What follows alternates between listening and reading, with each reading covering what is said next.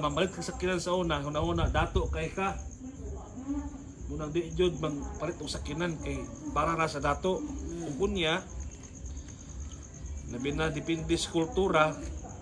Kung Cebuano ka, Bulanon ka, gikan ka sa Visayas o Mindanao, dili mamalit og sakyanan, dili pwede butangan og ligid ang kwarta. Eh basig ang kwarta, gibutangan og ligid, mahulog diya sa kanal. Umana sa una, panahon, ayaw sakyanan kay daot na diha, madisgrasya ta. Karon bitaw nakauna-una ako, lay putong panguna-una sa una ug karon. Kay ang karon, kauna-una ko, una-una man yung disgrasya nga kanami itong gabaktas. Masukamod bang gani nga way ligid? Oh, ano ba? Pero kining tanan depende sa panalangin sa buhi nato nga Ginoo. Kining pagbaton og sakyanan tubag po yun is pag-ampo at inday. Makabatong sakyanan tubag ni sa pag-ampo ug tubag din sa mga paningkamot. Kay ngano palangitan o magbidulan kag sakyanan o imong hulaton kanus-a ka makatigom di juga katigom bisag kung saan ni mong tigom-tigom di katigom o musangpot gihapon to sa utang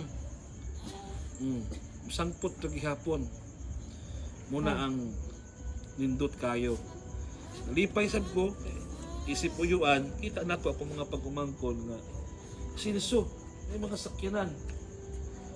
Bitaha lang yun kay na ay mga sakyanan kay kanang panahon sa mga tigom-tigom sa una sa gagmay pa mi si Mark gamay pa pud ni pag-agi kalinon ba ka to Mark pag-agi sa SCF kato ba si Disbin ni gawa si Mark sa simbahan kugol gapuhag sakyanan sa kuan kuloy sa SCFB no si Disbin iko pila nakabuk ni Agi Mark duha na ni Agi magbaktas mi padulong dito sa palengke sa una tong tindahan. Sakyanan sila hubak sa una. Basta makuha lagi ng gold, lagi diha. Palit yung tagkotse, expedition yung itong paliton ba? Mauna nga, nakapost alarm pa yun si Mike. Kaya nakuha ng diamond. Diamond ba uroy? Bildo raman na ito. Bildo dito. Kusog kayo mo kalot si Kinit o si Mark.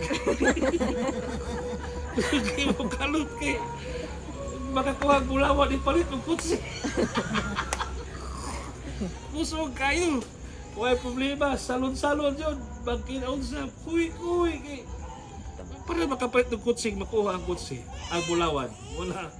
Kagi. Pero abinin nyo.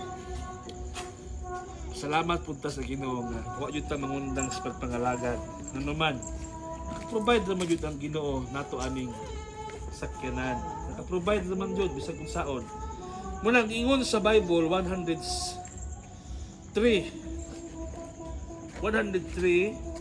sa Salmo ingon, bless the Lord O my soul and all its within me. Bless His holy name. Bless the Lord O my soul and forget not all His benefits. Morning nga ang pagpangalagan sa Ginoo nay benepisyo. Muna sa una ang mga Adventista adtong imbisi ang kasagaran ng sakyanan mga truck dagko kayo mga bulingit kay mga truck mga motor na tag-as kay kilid pero karon panahon sa Congress sa MBC ang mga Adventista kita klase-klase na og naong sa sakyanan klase-klase na muna nga bisag asa pito daghan sa sakyanan tungod ni siya sa panalangin nagihatag sa Dios nga hinato muna nga si Eliseo bitaw Markinet samtang nisaka si Elias padulong sa langit ang gipangayo ra jud ni Elisea kung unsa man ang nadawat ni mga panalangin ihatag na dubli sa ako mura yun na siya muna nga ako pod personal ang akong pag-ampo si mami gipanalanginan mag-anak na nakalampos mura yun akong pangayo gud sa Ginoo nga doble nga panalangin ang maabot sa ako nga makahumag eskwela ng mga bataan na kunya mahimong successful doble nga panalangin kung nakasakyanan ko usa kani sila makasakyanan tingalig 2-3 mura na akong ipangayo jud sa Dios pod O nagtuupog ko ka kini si Mark o si Kinit, na po nag-ampo sa Ginoo nga kung unsa may panalangin ni nung Dudong at Inday, ang pangayo ninyo Kinit o ni Mark, doble nga panalangin. Kung sinadawat ni Papa Mama ninyo, mo'y pangayo ang doble nga abot para sa inyo ha. Biblical man na siya. Bisag kung saon. Biblical man na siya. Nga doble nga abot ka panalangin. Nga naman, ang Ginoo, generation by generation. Una nga, mo po na kung tudlo na shrine, na stare ni sini nga, kung mag-ampo mo, kung unsa may nadawat na mo, mag-ampo na gani mo, pangayowa sa Ginoo nga, doble nga abot sa panalangin ang inyong madawat gikan sa Dios. Kung sa may nadawat na mo po'y pangayowa nga doble sa Ginoo kay mutubag yun ang Ginoo. Ngunit si Mami, nanay apo, duha na sakyanan. Oh, doble nga abot sa panalangin. Oh, isa mo ko'y magtuo nga kita nga pamilya makabatog sakyanan. Wow, una-una. Ning kamot kita sa kay isiip kay aron wa tay pliti. Hindi ko kalimutan na sa una nga. Musakay ta sa una, biligi yung ngalan Digoy. Digoy, really, naglaking kuligaan. Kaya aron wa niya pliti, o wa man, di ka sakay ni Digoy, mamidya. Oh, samtang ka sakay isiip. Ayun makasakyanan ta aron dito magsigig paghasol aning sa ning badsog pas media diri sa siit. Pero karon gimingaw ng isiip si Muhammad. Iwa naman kitang isiip si Muhammad ang dispatcher. Ano naman na may mga apo nga mukuha puli-puli ni mukuha. Oh. Mo puli-puli kuha panalangin na siya. Una nga unay pasalamatan. Kani kining Tamaraw wapo kini kay for business pod. Si Kinit si Marvina, masinso po ni sila kaya ng negosyo. Si Mark, Maisel, masinso yun po ni sila. Ako po itong iampo at Chinchin nga napukos po ito Chinchin nito sa mga di kasulti. Kung atong iampo ito nga panalangin ng Chinchin. Kaya mo po ito yung ministry ito para sa mga div. Nangadto mo dito akong classmate lipay po si Chinchin. Wala may magdahom nga nag-fundraising na siya. Pag-abot sa mga classmate, ang among sabot, hatag-hatag hinagmay kay ingon ko para matabangan ang eskwelahan. Pag-abot dito, naluoy ako mga classmate, nagpanaw sa mga amang nga nanganta. Tinisura, ingon ako maestro, that was your niece, so she has a lot of hard work every day. Liman mo na mag-training og mga amang, kalagot di ako na. Oh, ako pastor po, pero di ko pasalig, mo-training amang, pagkalisod yun na. Ako'y magtinig amang, lagmit, malabay na kung amang dos bintana yun yung magkasakaan yun ang lisura. Pero lisod tong trabaho ng Chinchin. Lisod tong trabaho ng Chinchin.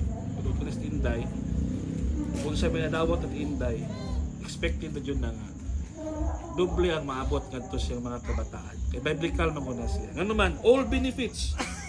Kay Inday, nung Dudong, sige mo yun ampo, sukan sa una, nung Dudong.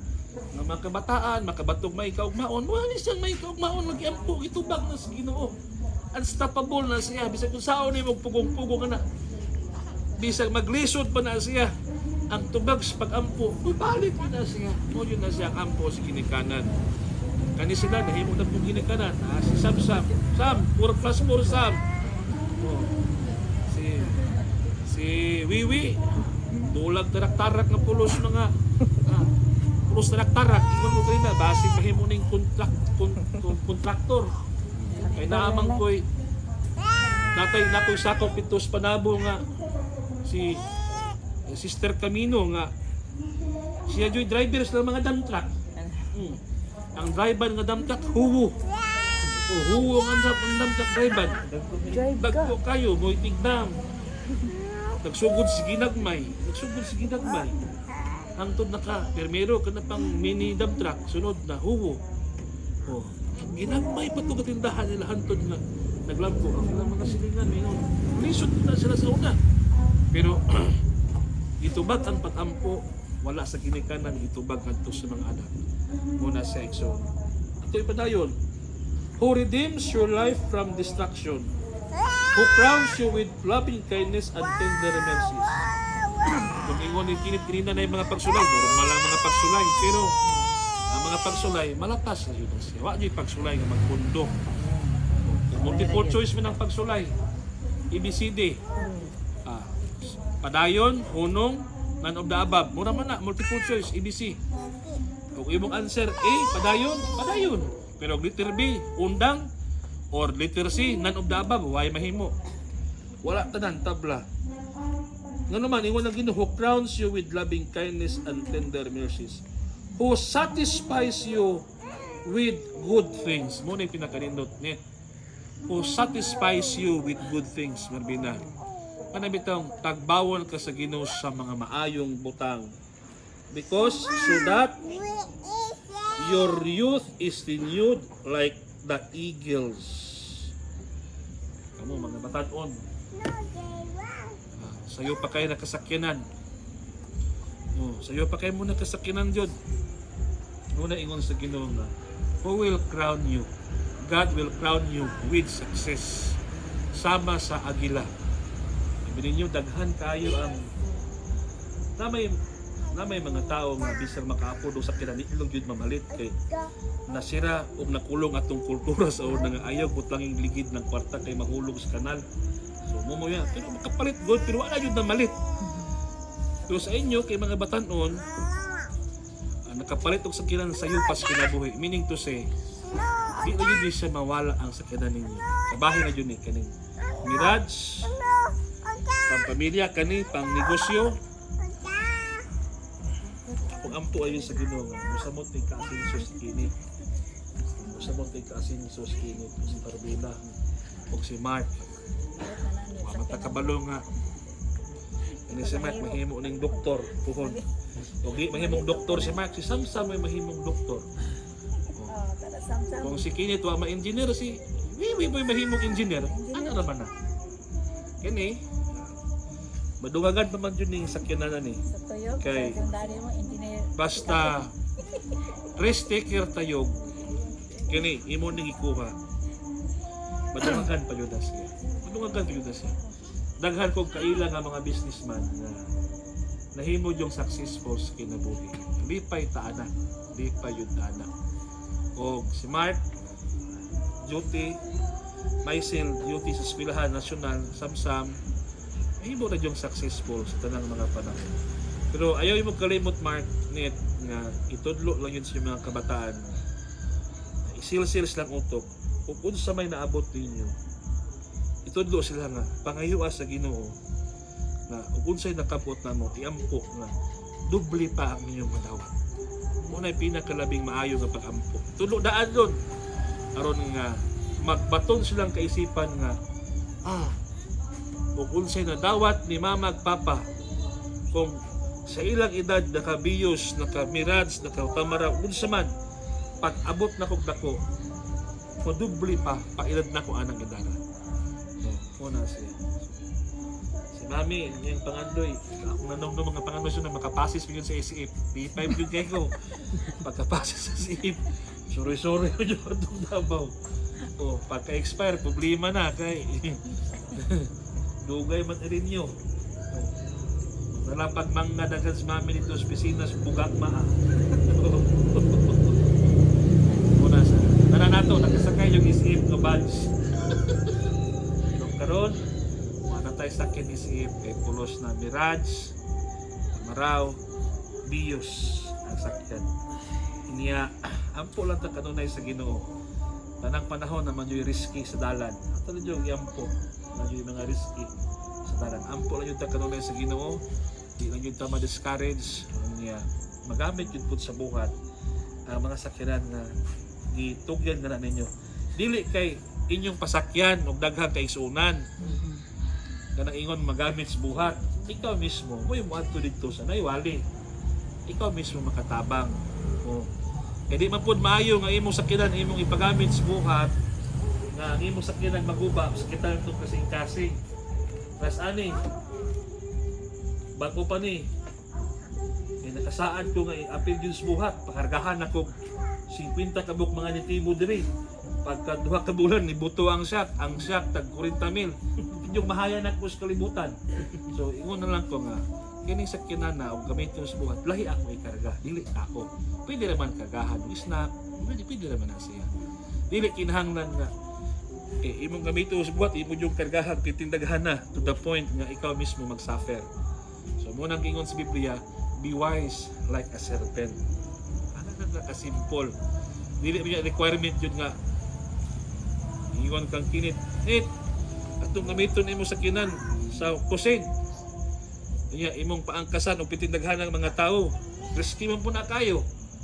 Mga hulog pa lang ng mga lumad diha, uray lumad ipasakay diha kay kita og mga pidikab, dagdag ko ang gasto nato. Kita man gyud mangunay. Pili ra mga snack.